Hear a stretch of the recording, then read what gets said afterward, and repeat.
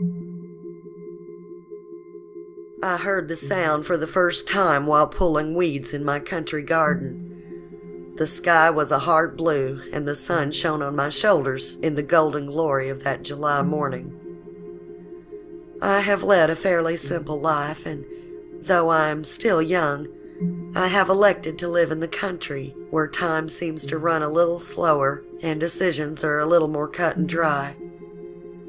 My husband farmed an alternation of soybeans and corn from year to year. This year it was corn, and as promised by the old poem, it was knee-high by July.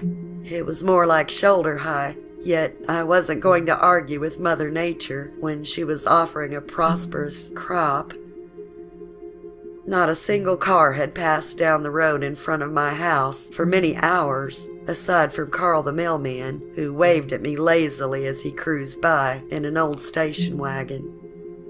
The fields of corn that lined the east side of my property gently rustled in a relief of wind that had suddenly picked up. That was the first thing that pulled my attention away from the stubborn weeds that had laid siege to my tomatoes. The wind grabbed my attention because it came from behind me, and it came from the wrong direction. I do not pretend to know her well, Mother Nature, but I do know my weather patterns, and I do know that wind should never sweep from the south, at least not here. I held my floppy hat to my head and stood facing the cooling breeze. There was something wrong with this breeze, because as it began to die down, goose flesh grew on my arms and legs, and a vibrant sensation resonated from my belly. I squinted toward the horizon, searching for the dark formations of clouds, but I saw nothing. Sometimes you can feel a storm coming, and I had begun to wonder if we were in for a big one, but there was nothing but clear blue as far as the eye could see. The wind was gone now, and so was the sensation. So I shrugged and turned back toward my garden. That is when the sound came. That is when it fell upon me with a weightiness I cannot even begin to describe. It started as an almost electronic sound, like the vibrating hum from a guitar amp. Yet this sound was much, much louder than that. It seemed to echo across the wide expanse of the countryside. It continued for some time as a persistent hum that seemed to wax and wane in volume, before simply fading away and leaving a reverberation of sound in the cluster of forests that lined a property adjacent to my own. I remember being startled by the noise, but immediately concluded that it must be a faulty tornado siren in a nearby town. It is not uncommon to hear the haunting call of tornado sirens in nearby towns, even on sunny days, as they were often tested regularly. Fire Lake, the nearest town to my home, was no exception to this, as they tested their siren at 12 p.m. sharp every Friday. The only problem was that it wasn't Friday, and it definitely wasn't noon. I pulled my gardening mitt back and glanced at my watch. Mickey's white-gloved hands told me that it was only 9:17 a.m. I then looked toward the town, which was nestled at the base of a rolling hill opposite my farm. The rusty old water tower loomed above, standing guard over modest homes and tidy streets. I was squinting at the tower where the sirens were mounted when a trumpeting blast slammed down on me from the heavens like a hammer. I shrieked and ran to a nearby pear tree, seeking safety in its cool shade. I was genuinely astonished by my own fear as I attempted to gaze up at the sky, seeing nothing. It seemed to move through the valley like a shock wave and continued to pulse in roaring, almost musical blasts. The sound cycled, increased and decreased in volume and severity. The edges of the sound also had a distinct rocket ignition roar to it, pulsing like an idling Harley. I pressed my hands to my ears and knelt. I was afraid to leave the shade of the tree, for whatever was up there might see me. It was a ridiculous thought, but it came to me nonetheless. So I crouched and tried to remain hidden while the sound went on for nearly 5 minutes. Mickey sneered at me as I tracked the time. Then, as suddenly as it had come, it stopped. I let out my breath in a heaving sigh. My tense body relaxed a little, and I realized that I was bracing myself for something, even though I wasn't sure what. Trembling, I reached for my phone, which was nestled in my pocket. I dialed Sheriff Owens' office, and the phone was picked up on the first ring. Sheriff's office, how may I direct your call? It was the gravelly voice of Sheriff Owen himself. Sheriff, it's Ellie Foster. I know that this is going to sound silly, but... You heard a strange noise in the sky just now and you were wondering what it was. I was relieved that I wasn't the only one who had heard it. Ellie, let me tell you something right now. I haven't the foggiest idea what that was, but I assure you that I'm going to find out, and pretty quick, too. Phone's been ringing off the hook, and I just don't know what to say to people. I smiled into the phone. Sheriff Owen's honesty was almost as renowned as his tenacity. Thank you, Sheriff. I just thought you should know. Oh, and Ellie, because I know that you have a sensible mind, I don't want you to get all swept up in the gossip around this thing. Whatever it wasn't supernatural, Ellie. It has the stench of men written all over it. Thanks, Sheriff. Mm-hmm. He grunted a reply and ended the call. I felt even more timid than I did before the call. The sheriff's final words lingered, not because of what he said, but because of how he said it. Almost as if he were trying to convince himself that it was true. Molly Jenkins was the first person in town to break the silence about the sound. Everyone else seemed content to let it go, or at least refuse to acknowledge the strangeness of it. Everyone, that is, except for the famously outspoken Maddie. I was in line at the bank when her willowy granddaughter Molly pushed her in on her wheelchair. Molly was the town's blushing blonde beauty, so everyone tended to notice when she entered a room. She chose a line parallel to mine so that they were standing next to me. I smiled at both of them as we waited. Maddie smiled back and leaned forward in her chair, gazing up at me earnestly. I'd make sure I was right with Jesus if I was you, Mrs. Foster. For we have just witnessed the 7th trumpet as prophesied in the good book.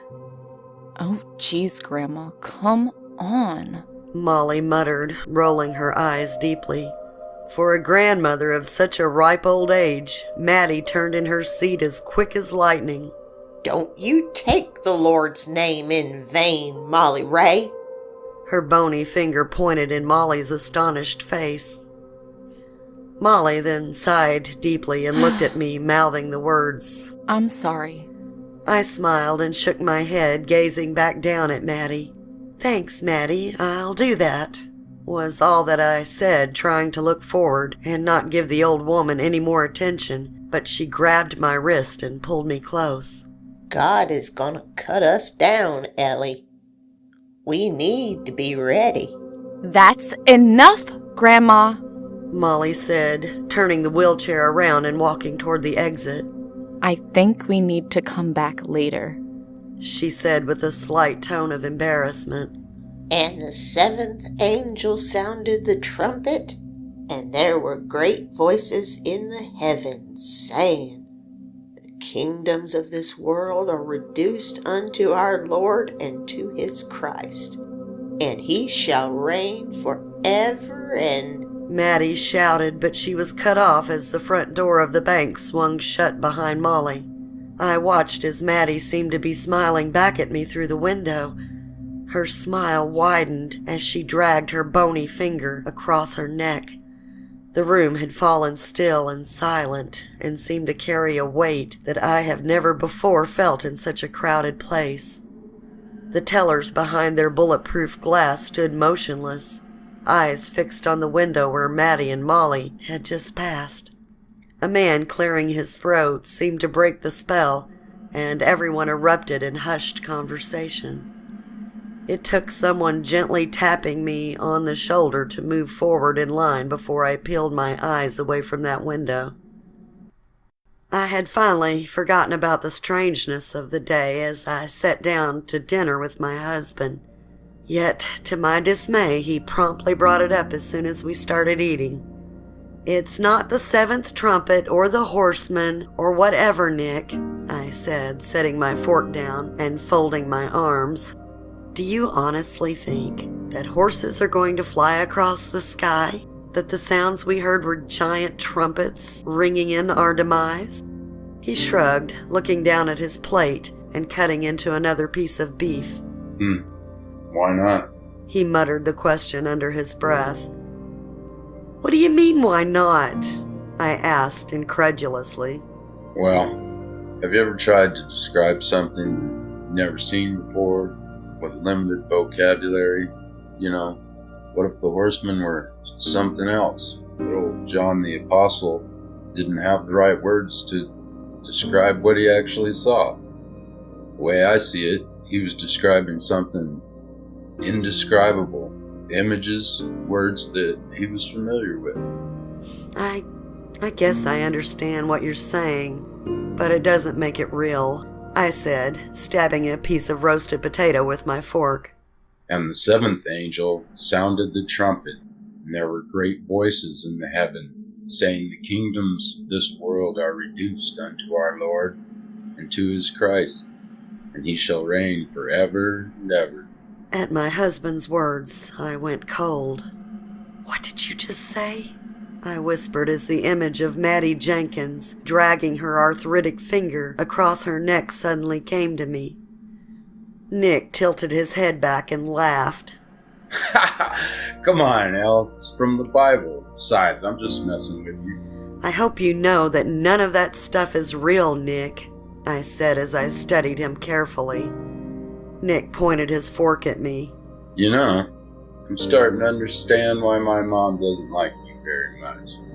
His face was serious at first, but it then melted away into a smile and a laugh.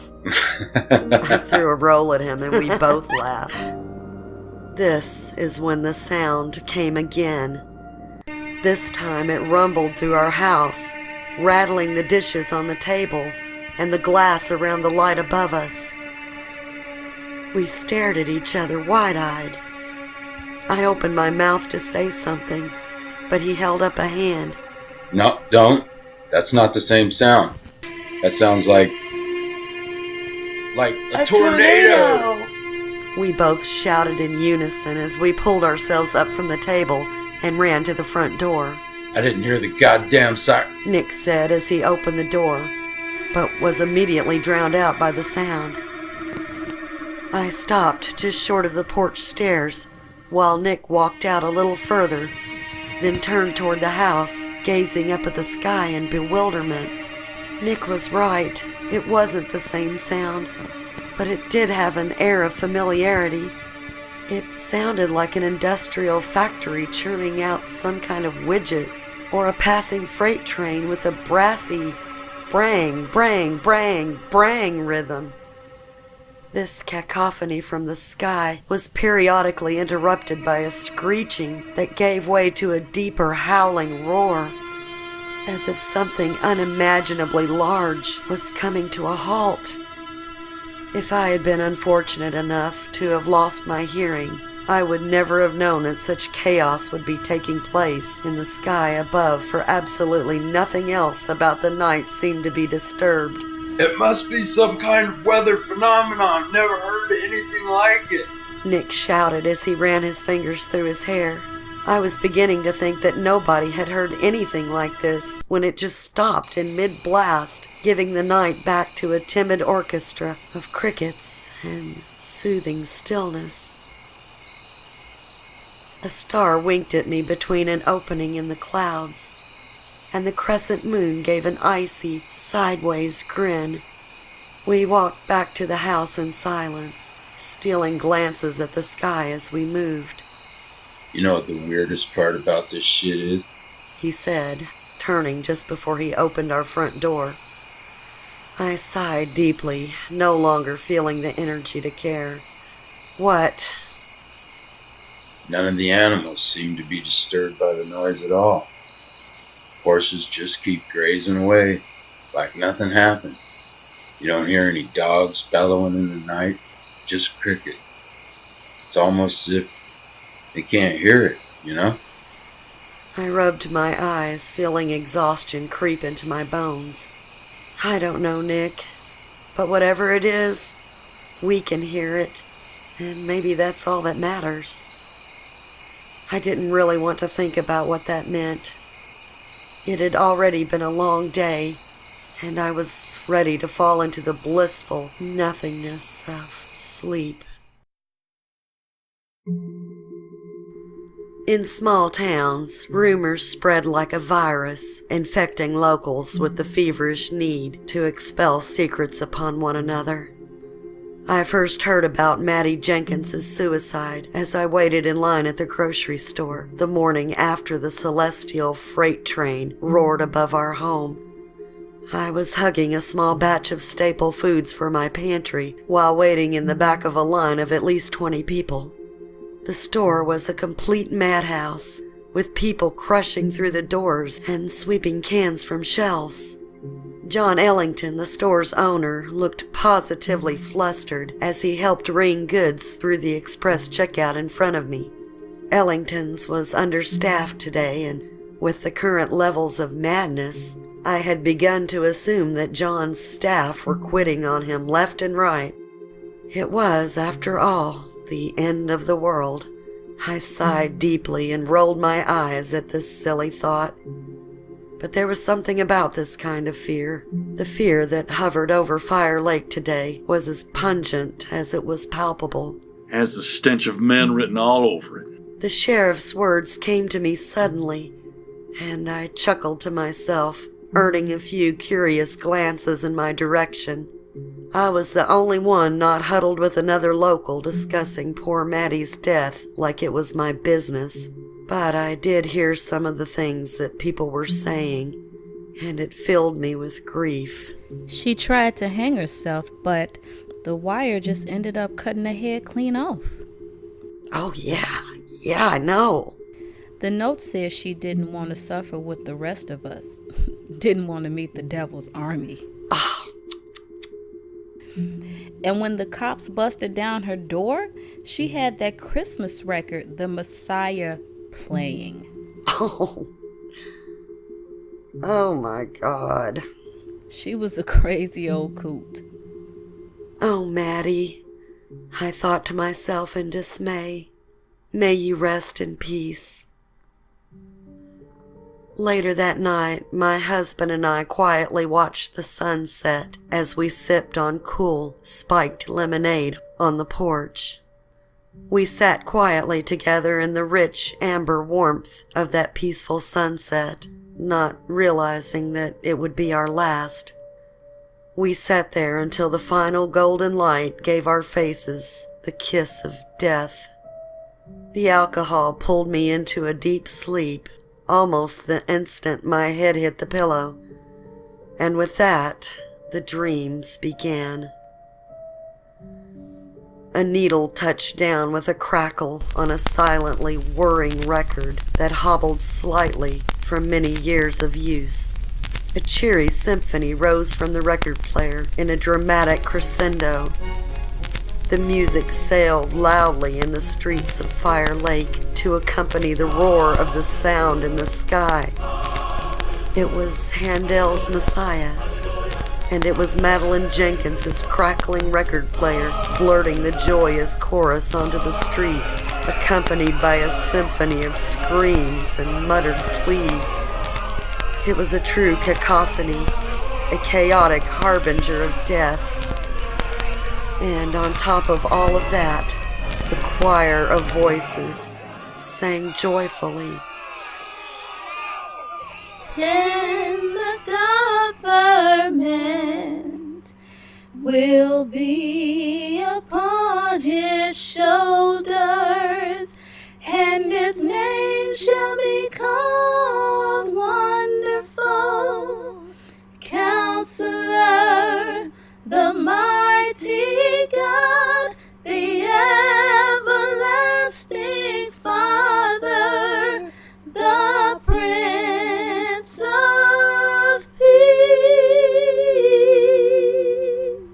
was standing in the middle of Fire Lake's main street now. The buildings on either side were ablaze, and waves of heat washed over me. I watched as Molly Jenkins stumbled out onto the street about 20 yards from where I stood. I was still vaguely aware that I was dreaming, but something about this didn't seem like a creation of my own mind. I studied her in muted terror as blood trickled from her eyes like tears of mourning. She smiled at me, and I noticed that her teeth were coated in blood. I also noticed that she was holding a machete. Hi, Ellie. She said in a delighted voice. What a time to be alive, huh? She held out her arms and spun around, gazing up at the red sky in pure, unadulterated joy. She then stopped with her back to me and stood like that for many long moments before turning around to gaze at me again. Her eyes were narrowed and she smiled at me with pursed lips. It was a smile that betrayed the menace and evil that now occupied her once beautiful form. She then pointed the machete at me. You have the stench of man all over you, Ellie. Her tone almost seemed saddened by this realization. You have the stench of man all over you, so I'm gonna have to cut you down. I'm gonna have to cut all of you down. And do you know why, Ellie? Because it's my turn to torture and maim all of you meatbag fucks for what you have done to me. What you have done to your mother. When the word mother came from her mouth, it opened unnaturally wide, and I could see an almost tangible blackness within her, a deep and hellish void of despair. Mother, I echoed in confusion as she charged at me with sinister glee, her blade raised and ready to take me for the harvest. Right before she brought the blade down upon my head, I awoke to Nick's voice and urgent shaking of my shoulders.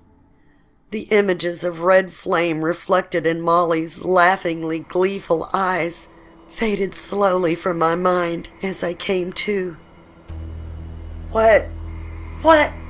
I shouted at Nick, nearly falling out of the bed. Ellie, something bad's happening out there. Nick pointed at the window. When my eyes finally adjusted, I realized that something indeed was going on out there. Red, glowing light pulsed through the window. I leaped out of bed and moved to it as quickly as I could. On the next hill, Fire Lake was ablaze, and the sky above glowed in a shimmering red aurora. The rusty old water tower still loomed in a steadfast silhouette as it kept its ill-fated watch over the suffering below. It was truly one of those sights you never imagine that you're gonna see. What the fuck was all I could manage in that moment. Nick held something out to me, and I pulled my eyes away from the town long enough to see the red glow reflecting in his eyes. He was holding 2 shotguns and was handing one of them to me. I've been hearing screaming, cries for help over the last hour or so. Saw someone dash through our yard just a few minutes ago. They were being chased by something, Ellie. Something I can't even try to describe. But I don't think we have long. Mother is coming for us. The thought came to me solemnly. I felt a chill run down my spine as a vision of the thing in Molly's body flooded my mind's eye. She was singing the Hallelujah chorus at the top of her lungs amid the glowing inferno, waving her arms like a conductor to the answer of blasting trumpets in the sky. People were running, crawling, and dragging themselves to and fro across Main Street as she danced among them, keeping time with the music and steadily making her way out of town. She was coming for us, and she wanted us to know it. The last image that came to me was her flowing movements as she moved her arms with the swell of the music. Her once beautiful blonde curls stuck to the sides of her head from blood and sweat, and her body was smeared in gore. With a sudden and dramatic motion, she raised her arms slowly with the final hallelujah of the chorus, and the flames on either side of the street rose with them, reducing Molly Jenkins to a black silhouette. For many long moments, she stood motionless, arms still raised to the angry, raging sky above, then dropped them at her sides. She stood like that for a few moments longer, as if she were waiting for an applause. Then, without warning, she collapsed to the ground like a puppet as the flames closed in on her like curtains closing on a final act. "Why didn't you wake me sooner?" I said, snapping my mind away from the vision and turning toward Nick. He thrust the gun in my arms and I took it gratefully. Because I couldn't bear the thought that this was real, that God is... This isn't God, Nick. According to your good book, God forgives. I then turned to face him fully. This is Mother, and she's going to slaughter us. She is going to wipe us out like the scourge that we are to this planet. So you had the dream too? He said with a sadness in his tone. It was fucking crazy seeing the sheriff with that cattle prod crying blood like that. I hope people are okay down there in the town. I tilted my head as the sound of a muffled scream from somewhere out there amid the chaos came to my ears. They aren't okay, Nick. You and I both know that, I said as we both made our way downstairs, knowing what we had to do. This brings us to the present. It isn't God who has come for us, but something is cutting us down after all, Maddie dearest, I muse as I recall the events of the last few days. If God is out there somewhere, perhaps he will come and save us from ourselves, or perhaps we will be left to reap what we have been sowing for a long, long time. My husband and I are sitting together on our porch with the light on, guns readied in our tense laps. We won't go without a fight. We won't fall into the madness that devoured the town. The sound continues to rip through the sky, but more softly now as the burning glow on the horizon increases and the shimmering red aurora pulses above. A row of shadowy figures has just come out of our cornfield toward our house. I would describe them to you, but I think that you must already know what they look like. Has the stench of men written all over it. The sheriff's voice rang in my head. Stench of man. Sorry, Sheriff, I thought. You couldn't be more right. My husband looked at me and nodded. I returned the gesture as we both rose, leveling our guns. Well, we're taking something with us tonight, Ellie. You ready, darling? To which I replied, more than you will ever know, babe.